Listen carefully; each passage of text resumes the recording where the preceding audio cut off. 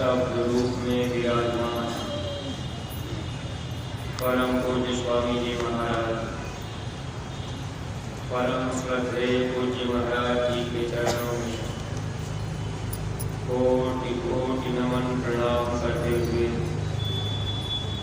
संस्था के सभी वरिष्ठ पदाधिकारी सदस्यगण, सभी सत्संगी धर्म प्रेमी भाई बहनों को, सभी जिम्मेदार सेवादार प्रेमियों को सादर जय गुरुदेव। परमार्थी प्रेमी भाई बहनों, जिस देश में हम आप रहते हैं ये काल का देश है। काल जीवों को कर्म का फल हमेशा देते रहते हैं। काल का काम है कर्म फल देना।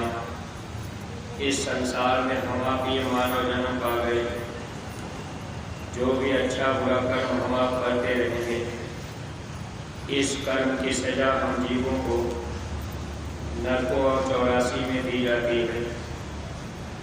लेकिन इस मानव जीवन में अगर सच्चे महापुरुष मिल गए, महात्मा जीव को कर्मजाल से बचा लेते हैं। जब तक इस मानव जीवन में महापुरुष नहीं मिलते, तब तक ये मानव जीवन ऐसे धोखे में निकल जाता है। दुनिया में हम आप चाहे जितना तीर्थ व्रत पूजा पाठ कर लें, चाहे हम आप गंगा जमुना में स्नान कर लें, कितना भी हम आप परिक्रमा लगा लें, लेकिन जब तक इस मानव जीवन में महात्मा नहीं मिलेंगे, सच्चे संत नहीं मिलेंगे, सत्संग नहीं मिलेगा, तब तक ये जीवन धोखे में ही जा रहा है। अब हम आप अगर चाहें कि हमको महात्मा की क्या ज़रूरत, हम तो तीर्थ व्रत पूजा पाठ देवी देवता की करते हैं। तो देखिए प्रेमी भाई बहनों, महात्मा जब जीवन में मिल जाते हैं, सच्ची पूजा करने का रास्ता बता देते हैं। जब तक महात्मा नहीं मिलते, तब तक हम सब लोग बाहर भटकते रहते हैं। अगर हम आप देवी देवताओं की भी पूजा पाठ करते रहे, अगर उनसे हम आप फरियाद करते रहें कि आप हमको सच्चे महात्मा से मिला दीजिए, तब तो महात्मा जीवन में मिल जाते हैं। अगर हम आप देवी देवताओं की पूजा पाठ बस इसलिए करते रहे कि हमारे पास धन दौलत रुपया पैसा हो जाएगा, हम सुख से आराम से रहेंगे, लेकिन प्रेमी भाई बहनों, ये धन दौलत रुपया पैसा ज़्यादा दिन तक हमारे आपके काम नहीं आएगा।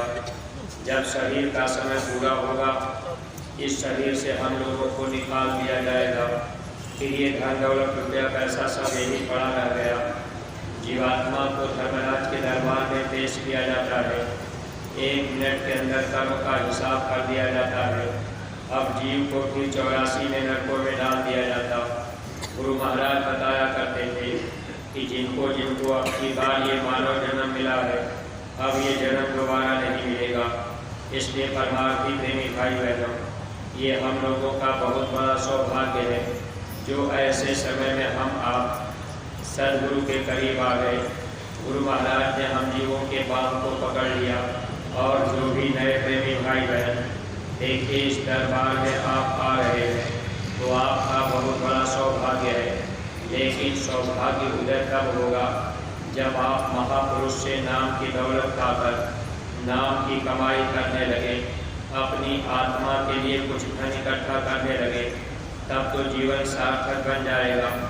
अगर हम आप महात्मा के पास आकर के भी नाम की दौलत नहीं पाए, नाम की कमाई नहीं कर पाए, तो फिर ये जीवन धोखे में ही निकलेगा। अब हम आप तीर्थ व्रत पूजा पाठ खूब कर लें, लेकिन इसका फल क्या मिलता है, इस पर हम आप कभी विचार नहीं कर पाए। जब जब महात्मा आए, तो महात्मा हम जीवों को समझाने का प्रयास किए। देखिए इसी धरती पर जब गोस्वामी जी महाराज आए, भजन करने का रास्ता जब लोगों को बताना चाहते थे, लोग उनका बड़ा विरोध किया करते थे। विरोध करने का कारण क्या बनता था कि महात्मा जब भजन का रास्ता बताते हैं, पूजा की सच्ची विधि बताते हैं, सुमिरन ध्यान भजन का तरीका बताते हैं, तो ऐसे समय में अब लोगों को लगता है ये महात्मा तो तीर्थ व्रत पूजा पाठ देवी देवता की बात नहीं कर रहे, ये तो अलग पूजा की विधि बता रहे, यानी महात्मा अंदर में चलने को कहते हैं। लेकिन हम लोगों का मन बाहर बाहर भटकता है, बाहर बाहर हम आप तीर्थ व्रत में भटकते रहते हैं, सारा जीवन गुजर जाता है, लेकिन कभी भी भगवान देवी देवता का दर्शन नहीं हो पाता। जबकि महात्माओं ने ये पहले ही स्पष्ट कर दिया है कि इस मनुष्य शरीर के द्वारा भगवान को जीते जी पाया जा सकता है। अपने गुरु महाराज बाबा जय गुरुदेव जी महाराज लोगों को ये रास्ता बताया करते थे। देखिए वक्त के महापुरुष पूज्य महाराज जी नए प्रेमी भाई बहनों को ये रास्ता बताया करते हैं। आज भी ये समय जो हम लोगों के बीच में चल रहा है, जो भी नए प्रेमी भाई बहन यहाँ आ जाते हैं, पूज्य महाराज जी उनको भजन करने का सच्चा रास्ता बता देते हैं। अगर रास्ता मिल गया, नाम की दौलत मिल गई, तो ये मानव जीवन पाना सार्थक बन गया। अगर थोड़ी बहुत हम आप कमाई कर दिए तो जीवन सफल हो जाएगा। लेकिन प्रेमी भाई बहनों, अगर हम आप ये सोचते रहे कि हम तो बाहर पूजा पाठ कर ही रहे, तो महात्मा की बात हम क्यों माने। गोस्वामी जी महाराज इसी धरती पर आए, काशी में सत्संग हो रहा था। अब काशी के बड़े बड़े विद्वान वहाँ सामने हाजिर हो गए। जब गोस्वामी जी महाराज का सत्संग सुनने लगे, गोस्वामी जी महाराज केवल इस मनुष्य शरीर के विषय में और आत्मा के कल्याण के लिए जब लोगों के बीच में चर्चा करने लगे, जब सत्संग गोस्वामी जी महाराज सुनाने लगे, अब कोई पूजा पाठ बाहर की क्रिया नहीं बताए, तो उसमें माना पंडित बैठे थे, उनके अंदर क्रोध आ गया। गोस्वामी जी महाराज को गाली देने लगे, बुरा भला कहने लगे। जब गोस्वामी जी महाराज का सत्संग खत्म हुआ, उन्होंने कहा, माना पंडित से गोस्वामी जी ने पूछा कि कुछ कहना है। तब माना पंडित क्रोध में थे और क्रोध में रह करके उन्होंने कहा कि आपने जो रास्ता बताया, इसमें कोई तीर्थ व्रत, कोई पूजा पाठ, कोई परिक्रमा करने का और कोई क्रिया तो आपने बताई नहीं, और आप तो केवल सुमिरन ध्यान भजन अंदर की विधि। अब उस समय गोस्वामी जी महाराज बड़े नम्र भाव में, महात्मा कभी क्रोध नहीं करते, क्योंकि उनके अंदर काल अंग होता ही नहीं। और जो महापुरुष अगर कोई अपने को महात्मा समझे और क्रोध भी कर लेते हो, तो ऐसे महापुरुष प्रेमी भाई बहन जीव का कल्याण नहीं कर पाते। इसलिए जब पूरे महात्मा मिलते हैं, तो महात्मा हम जीवों की हमेशा भलाई चाहते। गोस्वामी जी महाराज ने कहा, माना पंडित, अच्छा एक काम करो, इतना दिन आपने तीर्थ व्रत पूजा पाठ किया है, आपको कुछ मिला नहीं होगा, आप पालथी लगा के बैठ जाओ, बाहर की दोनों आंखें बंद कर दो, अपना ध्यान तीसरे दिन में रखना। अब ये तीसरा दिन छठा चक्र ज्ञान चतु, जहाँ माताएं बहनें विद्या लगाती, भाई लोग चंदन। अब देखिए तीसरे दिन में जब ध्यान रखने के लिए कहे, उसी समय गोस्वामी जी महाराज ने थोड़ी सी तवज्जो दे दी, यानी दया कर दी। जब दया हुई, माना पंडित का अंदर का पर्दा खुल गया। जो वही अंदर का पर्दा खुला, अब वो अंदर में उजाला प्रकाश दिखाई देने लगा।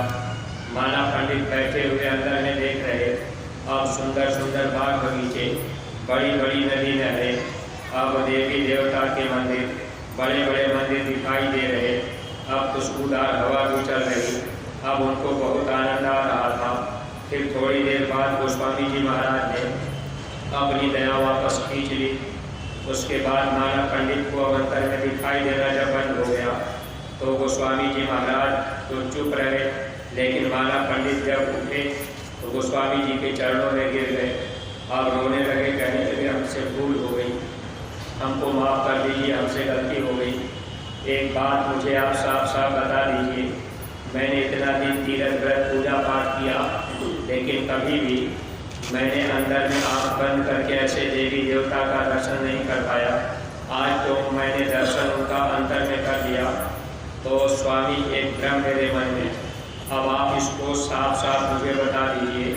तो माना पंडित गोस्वामी जी महाराज से पूछ रहे, एक भ्रम मोरे मन में आवा, ताको स्वामी भाग्य सुनावा। स्वामी एक भ्रम मेरा या दूर कर दीजिए, साफ साफ मुझे बता दीजिए। माना पंडित जब ये बात कहे गोस्वामी जी ने कहा अच्छा पूछ लो आपके अंदर भ्रम क्या है। तब उस समय माना पंडित बोले कि स्वामी तीर्थ धाम व्रत और पूजा या में मोह को कछु नहीं सूझा। मैंने तीर्थ किया, व्रत किया, पूजा पाठ किया, गंगा स्नान दान किया, मैंने सब कुछ किया, लेकिन आज तक मुझे अंदर में कभी इस तरह से देवी देवता का दर्शन नहीं हुआ था। लेकिन आज आपने दर्शन करा दिया। तो महात्मा जो भी आए एक ही रास्ता बताए। कबीर साहब आए तो उन्होंने इशारा किया था इंसान अगर आपको भगवान को पाना है तो आप बाहर मत भटकना। उन्होंने कहा भगवान कहाँ मिलेंगे? घट में राम निहारा साधो, घट में राम निहारा। यही घट भीतर सात समंदर, कोई मीठा कोई खारा। यही घट भीतर नगर अयोध्या जहाँ राम अवतारा। यही घट भीतर राम मिलत है जब तीसर नैन उधारा। कबीर साहब भी इशारा किए थे जब तीसरा नेत्र खुलेगा तब इसी मनुष्य शरीर के अंदर रामकृष्ण देवी देवता का दर्शन होगा। यही बात अपने गुरु महाराज बताया करते थे कि अगर आप भगवान से जीते जी बात करना चाहते हैं, आप उनसे मिलना चाहते, देखना चाहते, तो आपको जंगल में नहीं जाना, साधु नहीं बनना, कहीं आपको पर्वत में, पहाड़ में, नदी नाले में भटकने की जरूरत नहीं। गुरु महाराज कहते थे बस आप इस मनुष्य मंदिर में बैठकर जो रास्ता पूज्य महाराज जी इस समय बता रहे, ऐसे ही गुरु महाराज लोगों को बताया करते थे कि आप अपने घर परिवार में रह करके सुमिरन, ध्यान और भजन ये तीन क्रिया बताकर अब महापुरुष हम जीवों को रास्ता बता देते हैं। अगर हम आप उस रास्ते पर चलने लगे तो हम लोग इसी मनुष्य शरीर के अंदर देवी देवता भगवान का दर्शन कर सकते हैं और अपने देश काल और माया के देश से निकल करके हम आप अपने सच्चे देश जा सकते हैं। ये रास्ता तो जो महापुरुष पूरे आए वो महात्मा बराबर बताते रहे। लेकिन प्रेमी भाई बहनों, अब हम आप केवल तीर्थ व्रत पूजा पाठ बाहर घूमने टहलने में समय बिता रहे। अरे पहले के लोग जब बाहर जाया करते थे उनका एक लक्ष्य था, तीर्थ करने क्यों लोग जाते थे? बस इस उद्देश्य से जाते थे कि भाई वहाँ तीर्थ करने चलेंगे, हो सकता है कोई महात्मा मिल जाए तो हमारा जीवन सार्थक हो जाएगा। तो महात्मा की तलाश में लोग तीर्थों में जाया करते थे। लेकिन प्रेमी भाई बहनों, अब तो हम आप केवल वही पुरानी बातें देख करके उसी तरह से चलते रहे, बल्कि हम आप महात्माओं से दूर होने लगे। अगर महात्मा मिल गए तब तो जीवन सार्थक बन गया, वरना ये जीवन धोखे में निकला चला जा रहा। देखिए तब माना पंडित गोस्वामी जी महाराज से कह रहे कि स्वामी आप मुझे साफ साफ बता दीजिए ये तीर्थ व्रत पूजा पाठ गंगा जमुना नदी नाले देवी देवता क्यों बनाए गए? तब माना पंडित को गोस्वामी जी ने एक लाइन में समझाया था कि देखो माना पंडित, ये काल का देश है, ये अपना आपका देश नहीं है, ये आत्मा यहाँ की रहने वाली नहीं है। आप इस देश में आकर के कर्म के जाल में फंस गए। अब आप यहाँ बाहर बाहर भटक गए। काल भगवान ने देवी देवता अब ये जो है कि तीर्थ व्रत बाहर में बना दिया ताकि लोग बाहर भटकते रहेंगे तो अंदर जाने का रास्ता नहीं ढूंढेंगे। तो उस समय गोस्वामी जी महाराज ने माना पंडित से कहा कि देख माना पंडित, ये काल भगवान का देश है, इन्होंने कर्म का नियम बनाया है और तीर्थ व्रत पूजा पाठ देवी देवता इसलिए इन्होंने बनाया कि जीव इसी में भटकते रह जाए और फिर इनको 84 में हम सजा देंगे। गोस्वामी जी महाराज बता रहे कर्म ख्याल सब झूठ पसारा, इन संग से 84 धारा। हे माना पंडित, अगर आप यही कर्म कांड में फंसे रह गए, बाहरी पूजा पाठ में लगे रह गए, तो फिर आपको 84 में जाना पड़ेगा। यही बात कबीर साहब भी लिखे थे, लेकिन हम आप समझने का प्रयास नहीं किए। कबीर वाणी घर घर में लोग बजा रहे, मंदिरों में बजा रहे, फिर हम आप न सुन पाए न समझ पाए। और महात्मा से जाकर के अगर हम आप पूछ लेते कि महाराज ऐसा लिखा हुआ कि देवी देवता की पूजा पाठ करने से 84 जाना होता। अब देखिए प्रेमी भाई बहनों, सच्ची बात महात्मा लिख गए हम लोगों को समझने के लिए, लेकिन हम आप इस पर विचार नहीं कर पाए। तो काल भगवान ने इस तरह का विधान बनाया कि कोई भी जीव यहाँ से निकलने ना पावे और यही 84 और नरकों में जीव भटकते रह जाए। संत इस धरती पर क्यों आए? हम जीवों को अपने सच्चे देश जाने के लिए, सच्चा सुख देने के लिए, आत्मा के कल्याण के लिए, जन्म मरण की पीड़ा से छुटकारा दिलाने के लिए महात्मा इस धरती पर आए। अगर हम आप महात्मा के करीब आकर उनकी बातों को मान लें, उनके बताए हुए रास्ते पर चलने लगे, तब तो हम जीवों का छुटकारा हो जाएगा। अगर महात्मा के पास आकर के भी हम आप उनकी बात नहीं मान पाए, आदेश का पालन नहीं कर पाए, तो हम आप लाभ नहीं पा सकते। एक बार एक सत्संगी स्वामी जी महाराज से सवाल किए, कहने लगे, हुजूर, जो प्रेमी सत्संग में आ जाते हैं, सत्संग के वचन सुन लेते हैं, उसके बाद भी आपके आदेश का यानी गुरु आदेश का पालन नहीं करते हैं, तो उन जीवों का क्या हाल होता है? अगर कोई सत्संग में आकर के पाप कर्म करता है तो ऐसे जीवों का क्या हाल होता है?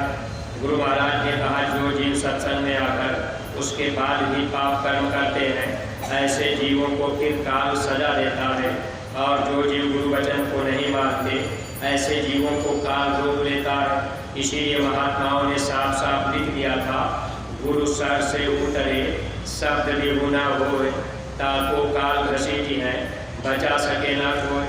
अगर हम आप सत्संगी बन गए, नाम दान पा गए, अगर हम आप बात को नहीं मानेंगे, निश्चित है कि काल हमको आपको खींचेगा, फिर उस समय सद्गुरु हमारी आपकी मदद नहीं कर सकते। इसलिए सत्संगी प्रेमी भाई बहनों, भक्ति का सच्चा रास्ता हम जीवों को मिल गया, हम लोगों को सद्गुरु मिल गए। और जो भी नए प्रेमी भाई बहन, आप लोग भी अगर चाहते हैं कि हमको भी महापुरुष मिल जाए, रास्ता मिल जाए, देखिए पूज्य महाराज जी इस समय लगभग रोज ही नए प्रेमी भाई बहनों को नाम दान, सुमिरन, ध्यान, भजन की विधि, अंतर में चलने का रास्ता पूज्य महाराज जी नए प्रेमी भाई बहनों को बता रहे। और जो भी नए प्रेमी भाई बहन आप जन्म मरण की पीड़ा से बचना चाह रहे, नरको 84 से बचना चाह रहे, कर्म के देश से आप निकलना चाह रहे, अगर महात्मा मिल जाएंगे तो आप बच जाएंगे। अगर महात्मा नहीं मिले, बात नहीं माने, तो फिर इसी काल के देश में फंस जाएंगे। इसलिए नए लोगों के लिए भी परमार्थ का रास्ता हमेशा खुला हुआ है, और पुराने सत्संगी प्रेमी भाई बहनों के लिए भी हम लोगों के लिए गुरु महाराज ने इतनी सुविधा और सरलता कर दी। अगर हम आप वचन को मानते रहे, आदेश पालन करते रहे, तब तो जीवात्मा का कल्याण संभव है। अगर हम आप वचन को नहीं मान पाए तो जीवन ऐसे धोखे में निकला चला जा रहा है। परमार्थी प्रेमी भाई बहनों, कर्म के जाल से केवल सद्गुरु बचाते हैं। कर्म पास छूटे नहीं, खेती करो उपाय, सद्गुरु मिले तो उबरे, नहीं तो धक्का खाए। अगर हम आप इस देश से निकलना चाह रहे, जन्म मरण की पीड़ा से बचना चाह रहे, तो गुरु की बात हमको आपको माननी पड़ेगी। जब गुरु के वचन को हम आप मानेंगे, तब तो हम आप कर्म जाल से बच पाएंगे, वरना प्रेमी भाई बहनों बचना बड़ा मुश्किल होगा। लेकिन जब हम जीव गुरु भक्ति के रास्ते पर आते हैं, भक्ति के राह पर चलना ये एक तरह से तलवार के धार पे चलने के समान होता है। कोई चल पाता है, ज़्यादातर हम प्रेमी भाई बहन अपने मन के कहने में ही चलते हैं। इसीलिए हम आप धोखा खाते हैं। अब महात्मा हम लोगों को बार बार समझाते हैं, गुरु महाराज हमेशा समझाते रहे कि आप मन के कहने में चलते रहोगे तो फिर छुटकारा नहीं होगा। महात्मा जो कहें अगर वो हम आप करेंगे तब हम आप लाभ पाएंगे। यानी जो हुक्म आदेश महात्मा दें उसका पूरा पालन करना चाहिए। स्वामी जी महाराज कहते थे, यही हुक्म मैं सबको दीना, जो नहीं माने सो काल अधीना। जिसके मन को काल संभाला वो नहीं माने वचन हमारा, जो कोई माने वचन हमारा वह पहुँचे सद्गुरु दरबारा। सद्गुरु के दरबार में वही जीव जाते हैं जो गुरु की बात मानते हैं। हर परमार्थी प्रेमी भाई बहनों को अपने अपने को तौलना चाहिए कि हम गुरु महाराज की बात मान रहे कि नहीं मान रहे, या जो अपने गुरु दरबार से आदेश हुआ पूज्य महाराज जी के वचन को अगर हम आप नहीं मान रहे, हम आप धोखा खाएंगे। क्योंकि महात्माओं ने साफ साफ लिख दिया, वक्त गुरु की मान तेरे भले की कहूँ, छोड़ पुरानी टेक तेरे भले की कहूँ। समय पे जो सद्गुरु होते हैं अगर उनकी बातों को हम आप मानेंगे तो हम जीवों का काम बनता जाएगा। अगर वचन को नहीं मानेंगे हम आप हंसते जाएंगे। इसके प्रेमी भाई बहन, अब महात्मा जब हम जीवों की भलाई के लिए आते हैं तो हम आप उनकी बातों को मान नहीं पाते हैं। इसलिए सुमिरन, ध्यान और भजन, ये आदेश हर प्रेमी भाई बहनों के लिए है। आप सुबह शाम जरूर कर लिया करिए, अगर नहीं करेंगे तो धोखा है। सुमिरन से सुख होता है, सुमिरन से दुख जाए, कहे कबीर सुमिरन किए साईं माई समाए। अब कितने लोगों के मन में ये भाव रहता है, चलो हम रुपया पैसा खर्च करके, ज़्यादा सेवा दे करके हम भक्ति कर लेंगे। परमार्थी प्रेमी भाई बहनों, इस बात को आप अपने ध्यान में रख लीजिए। महात्मा रुपए पैसे से खुश नहीं होते। अगर आपके मन में ये भाव आ गया कि चलो भाई हमको सेवा देना, ले चल करके महाराज जी के हाथ में पकड़ा देंगे और महाराज जी खुश हो जाएंगे। अब आप धनी मानी हैं तो आप सोच रहे हैं कि हम महाराज जी को दे देंगे, वो खुश हो जाएंगे। इसका मतलब कि हम आप महात्मा से मान चाहते हैं, सम्मान चाहते हैं, जबकि महात्माओं ने पहले स्पष्ट कर दिया, अहं अग्नि विस्मिन जरे, गुरु से चाहे मान, ताको जम न्योता दियो, हो हमारे मेहमान। जिसके अंदर अहंकार की अग्नि जल रही, तो ऐसे जीव मान सम्मान जो चाहते हैं, अगर आपने गुरु से मान चाह लिया तो ऐसे जीवों को फिर जमरूप ले जाएंगे, हम आप बच नहीं पाएंगे। इस अहंकार को दूर करने के लिए महात्मा हम लोगों को आदेश देते हैं और हमारी आपकी परीक्षा महात्मा कर लेते हैं कि हम आप महात्मा की बात मान रहे कि नहीं। अगर हमको आपको आदेश मिल गया, फिर आदेश का पालन हम आप नहीं किए, तो इसका मतलब हम आप गुरु को नहीं मान रहे। पूज्य महाराज जी का जो भी हुक्मादेश होता है, अगर हम आप उस आदेश को न मानकर, अगर हम आप ये चाहें कि चलो हम महाराज जी को सेवा दे करके खुश कर देंगे, तो गुरु नहीं भूखा तेरे धन का, महात्मा धन के भूखे नहीं होते। महात्मा तो केवल वचन पालन करने पर खुश होते हैं। बस हम आप उनके बनाई व्यवस्था में, उनके आदेश निर्देश में चलने लगे। और महापुरुष हम जीवों को काम देकर, जिम्मेदारियां देकर चाहते हैं कि ये जीव कुछ जिम्मेदारी के साथ सेवा भी करेंगे और सेवा कराएंगे भी, इनसे इनका कर्म जल्दी साफ हो जाएगा। लेकिन हम आप अपनी अपनी जिम्मेदारियों को जब सही ढंग से नहीं निभा पाएंगे तो हम आप धोखा खा रहे। इसीलिए हर जिम्मेदार प्रेमी भाई बहनों को चाहिए, अगर आपको जिले की जिम्मेदारी दी गई तो आप अपने जिले की जिम्मेदारी जैसे पूज्य महाराज जी का आदेश हुआ है उस तरह से आप निभाएंगे। दया दुआ आपको मिलती रहेगी। ब्लॉक के जिम्मेदार, तहसील के जिम्मेदार, जिनकी जो जिम्मेदारियां हैं, अगर आप जिम्मेदारी से काम करेंगे तो आपको भी लाभ मिलता जाएगा। पूज्य महाराज जी ने अब की बार न्याय पंचायत तक की व्यवस्था बना दी और न्याय पंचायत में भी रजिस्टर पूज्य महाराज जी के हस्ताक्षर का पहुँचा। मथुरा गुरु दरबार से रजिस्टर दिया गया। अगर हम आप उस रजिस्टर का अपमान किए या जिम्मेदारी ले भी लिए और जिम्मेदारी से काम नहीं कर पाए तो निश्चित है कि हम आप धोखा खा रहे। इसलिए प्रेमी भाई बहनों, जब आप गुरु के काम के लिए जिम्मेदार बनेंगे, और जिम्मेदारी इसलिए दी जाती है कि जब आप जिम्मेदारी से काम करेंगे, आपके अंदर अहंकार होगा तो ये धीरे धीरे अहंकार को दबाना पड़ेगा, आपके अंदर दीनता आएगी। जब आप ये सोचेंगे कि भाई अब हम ये काम क्यों करने जाएं।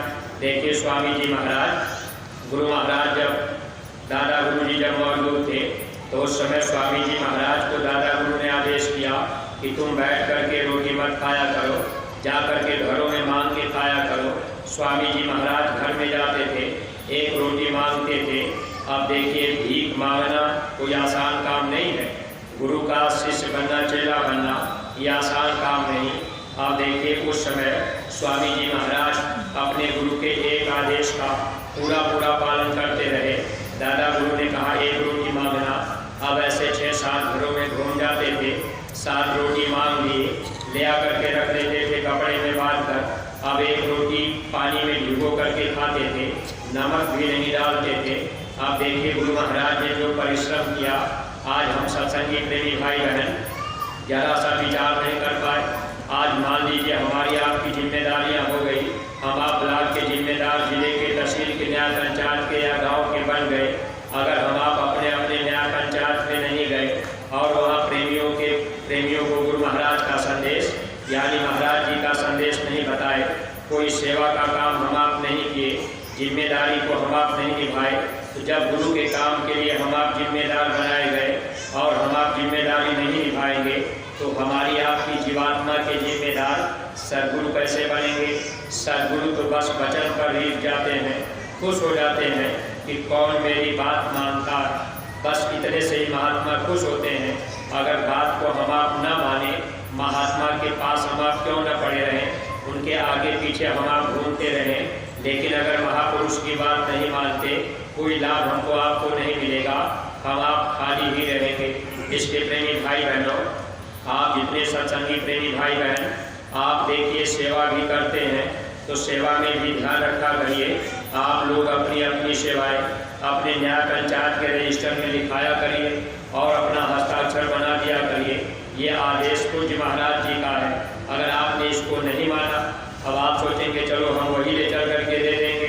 गुल्लक की सेवा है, आपके हर सत्संगी के घर में गुल्लक होना चाहिए। एक एक रुपये आपको उसमें रोज डालना है। अगर आपने विचार बनाया कि चलो साल भर का इकट्ठा महाराज जी के हाथ में पकड़ा देंगे, बहुत से प्रेमी भाई बहन बड़े भाव से कहते हैं कि महाराज जी हमारी गुल्लक की सेवा है, तो क्या महाराज जी खुश हो जाएंगे। और अगर आप बनाई व्यवस्था में चलते, अपनी अपनी सेवाएं आप न्याय पंचायत के रजिस्टर में लिखा देते, आप भी हस्ताक्षर कर देते, इससे महात्मा जीव के कर्मों का लेन देन पूरा कराते हैं। अब हम आप ये बात को समझने का प्रयास नहीं कर पाते, लेकिन लेना देना कैसे पूरा होगा, जन्मना मरना कैसे छूटेगा, इसको केवल सद्गुरु जानते हैं। अगर हम आप उस आदेश का पालन करते तब तो हम आप लाभ पा लेते। अब हम आप सोचें कि चलो वही देते रहेंगे। वैसे ही गुरु महाराज के समय में बहुत से लोगों ने किया, फिर धोखा लोग खाए। इसके प्रेमी भाई बहन, बनाई हुई व्यवस्था में सबको चलने की ज़रूरत है। न्याय पंचायत के लोग अपनी अपनी सेवा ब्लॉक को देंगे, ब्लॉक वाले जिले को देंगे, और इस व्यवस्था में अगर हम आप चलते रहेंगे, जिले के लोग हर महीने हिसाब किताब साफ साफ बताते रहेंगे। पारदर्शिता शब्द महाराज जी ने कहा, अगर इस पर हम आप अमल नहीं किए, सही ढंग से नहीं खड़े उतरे, निश्चित है हम आप महात्मा की निगाह से गिर जाएंगे। और जो एक बार महापुरुष की निगाह से गिर गया, महात्मा मुड़ करके उनकी तरफ नहीं देखते। इसलिए स्वामी जी महाराज को दादा गुरु ने कहा था, देखो फलाने दास, जब कोई तुम्हारे रास्ते से बगल हो जाए, वचन से गिर जाए, उसको उठाने के चक्कर में मत रहना, अपना निशाना सीधा रखना, फिर बहुत से लोग आएंगे। अब हम आप पुराने सत्संगी प्रेमी भाई बहन अगर महाराज जी के निशाने पर नहीं आ पाए तो निश्चित है हम आप बगल हो जाएंगे। अगर बगल हो गए तो फिर महात्मा हमको आपको नहीं उठाएंगे। इसलिए निशाना अपना सीधा, और आप जितने भी प्रेमी भाई बहन अपने अपने बच्चों को भी आप युवा संगठन में जोड़िए, बच्चों को भी सेवा में लगाइए, बच्चों को भी सत्संग में भेजा करिए। इनसे उनको भी लाभ मिलता जाएगा, उनका भी मानव जीवन सार्थक बन जाएगा। अगर बच्चे आने लगेंगे, सेवा करने लगेंगे, हम लोगों का बुढ़ापा सुखमय बीत जाएगा। अगर बच्चे सेवा से सत्संग से दूर हो गए, महात्मा के करीब नहीं आ पाए, अगर आने लगेंगे तो बुराइयां धीरे धीरे छूट जाएंगी। तो महात्मा तो हमेशा लाभ देने के लिए हम जीवों को प्रयास किया करते हैं। तो सत्संगी प्रेमी भाई बहन देखिए, आदेश पालन करेंगे, दया दुआ पाते रहेंगे। अगर आदेश के विपरीत चलते रहे, निश्चित है हम आप टूट गए। गुरु महाराज कहा करते थे, मैं अंगूर की जड़ हूँ, तू मेरी शाखाएँ हो, मुझसे लगे रहोगे तो हरे भरे रहोगे, अगर टूट जाओगे तो सूख जाओगे। अगर ये नीम का पेड़ है, अगर उससे लगा हुआ है, पत्ते को भी पानी मिलता रहेगा।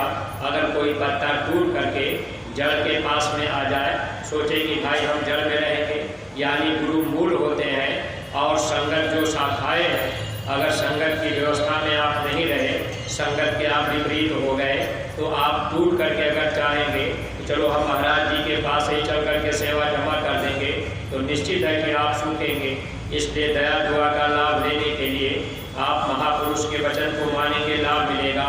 और प्रत्येक सत्संगी प्रेमी भाई बहन, इस समय आप जिन जिन गाँवों को गोद ले चुके हैं, आप में उन प्रेमियों का सौभाग्य है जिन लोगों ने गांव गोद ले लिया, और जो प्रेमी गांव गोद नहीं ले पाए, आप इसमें देर मत करिए। अगर महापुरुष का समय पूरा हो जाएगा यानी उनके वचन का जो संकल्प होता है, अगर वो समय निकल जाता है फिर बाद में आपको लाभ नहीं मिलेगा। इसलिए एक एक गाँव को सब लोग गोद लीजिए और आप गुरु महाराज की पुस्तक वचन वाणियों को घर घर बांटिए, उस गांव में आते जाते रहिए। अब कई साल भर हो गए आप गांव में नहीं गए, किताब आपने बांट दी, तो फिर आपको लाभ क्या मिलेगा। इसलिए नए लोगों को जो प्रेमी गांव गोद दे दिए, नए लोगों को तैयार करके आप गुरु दरबार मथुरा में ले आइए। उन प्रेमियों को भी पूज्य महाराज जी के द्वारा नाम दान भजन करने का रास्ता मिल जाएगा, वे भी भजन करने लग जाएंगे। इसका लाभ हम लोगों को परमात्मा में मिलेगा। इसलिए प्रेमी भाई बहनों, इस समय दया की धार चल रही, मौज है महाराज जी की। इसलिए हर प्रेमी भाई बहन आप जोर लगाइए। अगर आपने गांव गोद लिया है तो आप कोई साधन कीजिए और गांव के लोगों से कहिए कि भाई आप मथुरा चलिए, नाम दान ले लीजिए। और वो आ गए, रास्ता ले लिए, तो आगे जो समय दुखमय आ रहा है इसमें महात्मा मदद कर देंगे। क्योंकि प्रेमी भाई बहनों, जब मुसीबत का वक्त आएगा तो उस समय गुरु के वचन ही हम सब लोगों के लिए लाभकारी होंगे। तो जितने भी प्रेमी भाई बहन अधिक से अधिक लोग रास्ता ले लेंगे, उनका जीवन सार्थक बन जाएगा। वरना जब ये कलयुग जाने लगेगा तो ये ऐसे नहीं जाएगा। गुरु महाराज ने कहा था, कलयुग जाते वक्त में देगा थप्पड़ छोड़, ले जाएगा साथ में मानव कई करोड़ कलयुगी जीव मरेंगे, काल धार की प्रबल वेग में सतयुगी जीव बचेंगे। यानी विचार आपका सतयुगी हो जाए, केवल विचारों का बदलाव, तब फिर सतयुग हो जाएगा। अगर विचार ही नहीं बदल पाए, जैसे पहले थे वैसे अब भी थे, पहले भी गुटखा पान बीड़ी सुरती खाते रहे, अब भी नामदान आ गए तब भी खाते रहे। प्रेमी भाई बहनों, कम से कम कुछ तो हम आप अपने अपने अंदर सुधार करें। अब हम आप शाकाहारी होने का संदेश दे रहे, नशा मुक्ति का संदेश दे रहे, और हम आप खुद नहीं अपने मन को समझा पाए। इसलिए थोड़ी थोड़ी अपने अंदर कमियां जो हैं हम आप निकालने का प्रयास करें। अगर ये आदत हम आप गुरु महाराज से प्रार्थना करते रहेंगे तो मालिक दया कर देंगे। और प्रेमी भाई बहन, धीरे धीरे जब बुराइयाँ छूट जाएंगी, हम लोगों को देख करके लोग बदलेंगे कि भाई देखिए इनके अंदर बहुत बदलाव आ गया। ये पहले गुटखा पान बीड़ी सिगरेट सब करते थे, शराब भी पीते थे छोड़ दिए, मांस खाते थे, अंडा खाते थे छोड़ दिए, अब ये गुटखा पान भी नहीं खाते। तब आपके प्रभाव, आपको देख करके लोगों के अंदर प्रभाव पड़ेगा। और अपनी वाणी पर भी संयम, बोल चाल व्यवहारिक जीवन। आप किसी से कोई वादा किए, कोई बात किए, फिर आपने वादा खिलाफी किया, तो फिर आपके वचन उनके ऊपर असर नहीं करेंगे। इसलिए प्रेमी भाई बहनों, जुबा सीरी मुड़गिरी ये चीज़ें अपने अंदर में आप ले आएंगे तो आपको लाभ मिलता रहेगा, ये जन्म जीवन सार्थक। और जो भी प्रेमी भाई बहन गुरु दरबार में आ गए, आप लोग थोड़ा अपने तन का सहयोग जरूर कीजिएगा, यानी तन से सेवा जरूर कीजिएगा। अगर यहाँ आने के बाद आप सोने बैठने में समय गुजार दिए तो फिर ये मन को समझाइएगा, 84 लाख योनियों में जब हम आप कुत्ता सुअर बिल्ली घोड़ा गधा बने थे, वहाँ बैठना सोना रहा, टट्टी करते तो वही सोते बैठते थे। अब की बार ये जन्म मिल गया। सद्गुरु सेवा इसीलिए कराते हैं ताकि हम जीवों के कर्मों को महात्मा काट दें और हम जीवों को यहाँ से निकाल दें। देखिए प्रेमी भाई बहनों, आपके दूसरी क्रिया का समय हो रहा, इसलिए हम अपनी वाणी को यहीं पर विराम दे रहे। कोई बात अगर अटपटी लग गई हो तो आप लोग अपना छोटा भाई समझ करके क्षमा कीजिएगा। सब लोग प्रेम के साथ मालिक के पावन नाम का उच्चारण करेंगे। जय